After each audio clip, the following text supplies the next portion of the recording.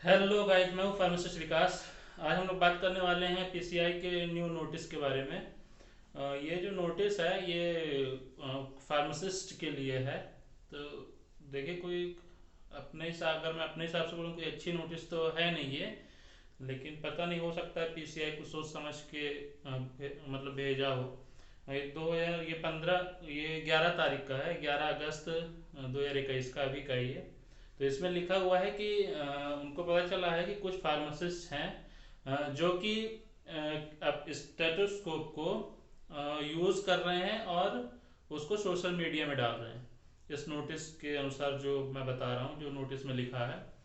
तो मुझे, और उसमें लिखा है, पहले इस नोटिस को बता दूं कि इसमें लिखा है कि आप पीसीआई एक्ट जो है 1948 जो है उसको देखिए, और पीपीआर को समझिए ना, फार्मेसी प्रैक्टिस रेगुलेशन जो है 2015, उसको समझिए।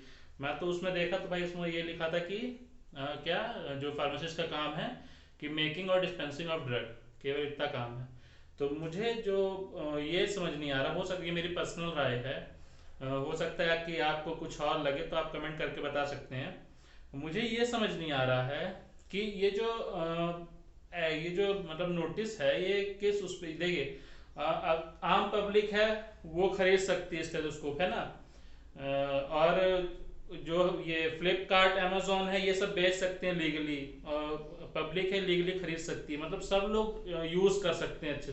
लेकिन अगर फार्मासिस्ट है तो वो उसको यूज़ नहीं कर सकता। अब मुझे ये पता नहीं क्यों, अब हो सकता है कि उसके पीछे कुछ रीज़न उन्होंने सोच समझ के क्या कैसे किया, मुझे नहीं समझ में आ रहा है। इस नोटिस का मेन मकसद क्या है, क्या बताना चाह रहे हैं। लेकिन मैं ये समझ रहा हूँ कि यार, मैंने स्टेथोस्कोप का वीडियो भी पिछला बनाया हुआ है, इसका यूज़ बताया हुआ, उसको देख लीजिए आप जाके, कि इसका यूज़ कोई ऐसा तो है नहीं कि बहुत डेंजरस है, कि बहुत वो है। अब ये हो सकता है कि ये भी हो कि कुछ लोग ये नोटिस, मतलब होता है ना कि डेट गलत करके और फिर नोटिस फैलाते हैं, तो हो सकता है कि, लेकिन ये मैं नोटिस जो इसमें डेट लिखी है, इसलिए बार बार बता रहा हूँ कि 11 अगस्त 2021 की डेट है, 11/12 की है ना।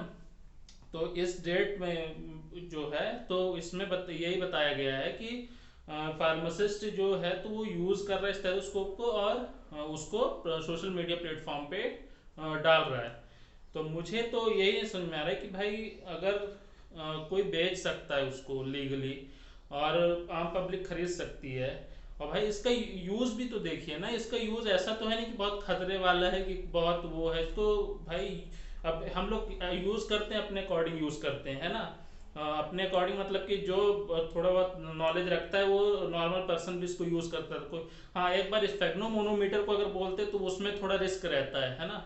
कि अगर उसमें कोई मान लीजिए कि कोई घर का ही वो है, और उसमें क्या है कि मर्क्यूरी वगैरह रहती है, तो उसमें रिस्क रहता है, उसको मैं मान सकता हूँ कि अगर उस पर कुछ बोलते तो थोड़ा बहुत कहीं सोचा जा सकता था। लेकिन यार, स्टेथोस्कोप का यूज़ तो इतना खतरे वाला नहीं है ना, कि आप ऐसे मना कर रहे हैं कि कोई फार्मासिस्ट इसको वो नहीं कर सकता है। तो मुझे तो ये खास नोटिस का वो समझ नहीं आ रहा, हो सकता है इसके पीछे कुछ और रीज़न है, अगर आपको पता है तो कमेंट करके बता सकते हैं। तो मेरा आज ये नोटिस बताने का जो मकसद था, तो यही था कि मुझे ये नोटिस उतनी समझ में आई नहीं कि पीसीआई कहना क्या चाह रही है ना। उसमें लिखा भी है कि आप 2015 के उसको रेगुलेशन को, पीपीआर को पढ़िए, समझिए, स्ट्रिक्टली पढ़िए। तो मैंने भाई देखा उसको, तो उसमें तो फार्मासिस्ट का रोल लिखा हुआ है कि मेकिंग और डिस्पेंसिंग ऑफ ड्रग है। अगर इतना ही है तो फिर भाई स्टेथोस्कोप को अच्छी तरह से बंद कर दो ना फिर। कि उसमें या तो फ्लिपकार्ट अगर जो बेच रहा है तो उसमें स्ट्रिक्टली लिख दे कि भाई ये केवल डॉक्टर के लिए है, फार्मासिस्ट तो यूज़ कर नहीं सकता है। तो ऐसा कुछ कर दें, अगर ये आपको उनको लग रहा है कि कोई खतरे वाली चीज़ है, कुछ वैसा है, सब लोग यूज़ नहीं कर सकते।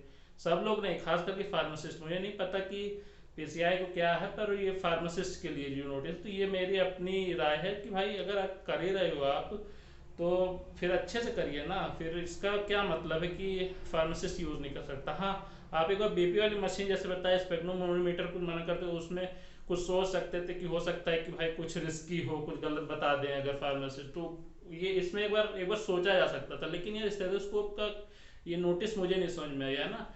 तो मुझे यार यही नोटिस के बारे में बताना था। Thank you so much. जय हिंद।